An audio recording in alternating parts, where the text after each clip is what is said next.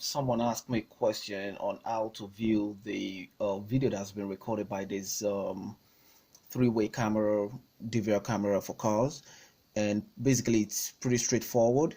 All you just need to do is look at the control button here, and you can see the M button.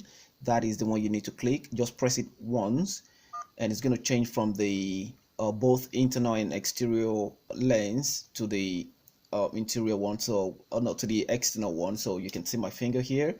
Hold it down one more time, just press it, not holding it down, and then it's going to take you to the video that you have recorded.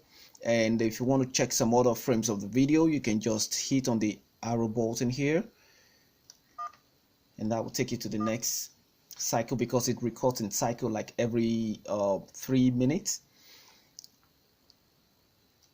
Just hold the arrow, just press the arrow up or arrow down to go forth and back the videos that has been recorded.